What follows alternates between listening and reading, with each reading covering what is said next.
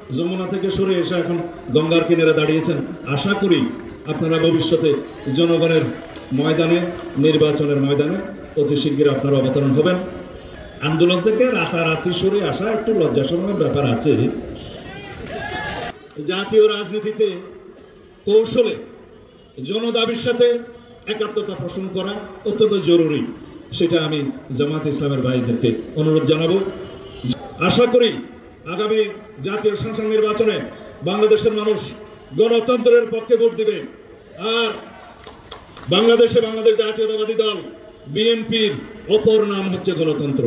তাদের মধ্যে একটি দল আছে যারা 2024-এর 7 জানুয়ারির আমিডামি নির্বাচনে অংশগ্রহণ করেছিল।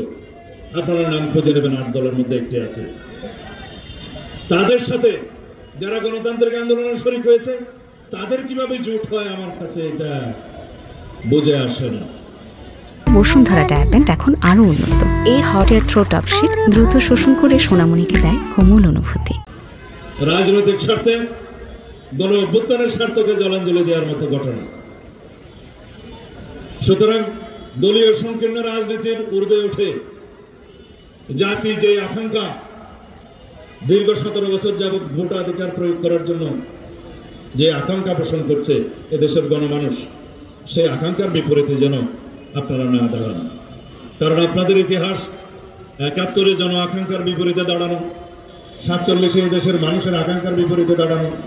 এখন যদি আপনারা বাংলাদেশের মানুষের আকাঙ্ক্ষার বিরুদ্ধে দাঁড়ান তাহলে জনগণ আপনাদেরকে প্রত্যাখ্যান করতে পারে। আমি জানি, বুঝি আপনারা হয়তো আপনাদের দাবি দেওয়ার জন্য 5 দফা না কয় দফা দাবি দেওয়া আপনারা দিয়েছেন, সেই দাবি দেওয়ার জন্য আপনারা আন্দোলন করেছেন।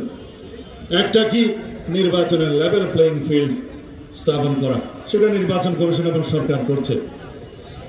আর একটা ছিল বিচার যেন দৃশ্যমান হয়।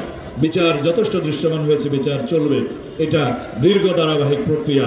বিচারে কোনো সময় রেখা নির্ধারণ করে দেওয়া যায় না, তাহলে অবিচার হয়।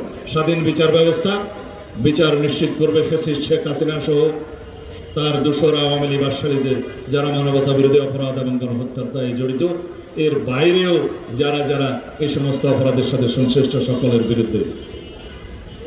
তারপরে কি নির্বাচন অনুষ্ঠান করা। নির্বাচনের তফসিল তো আগামী সপ্তাহে অথবা 2 সপ্তাহ পরে ঘোষণা হতে পারে শুনেছি।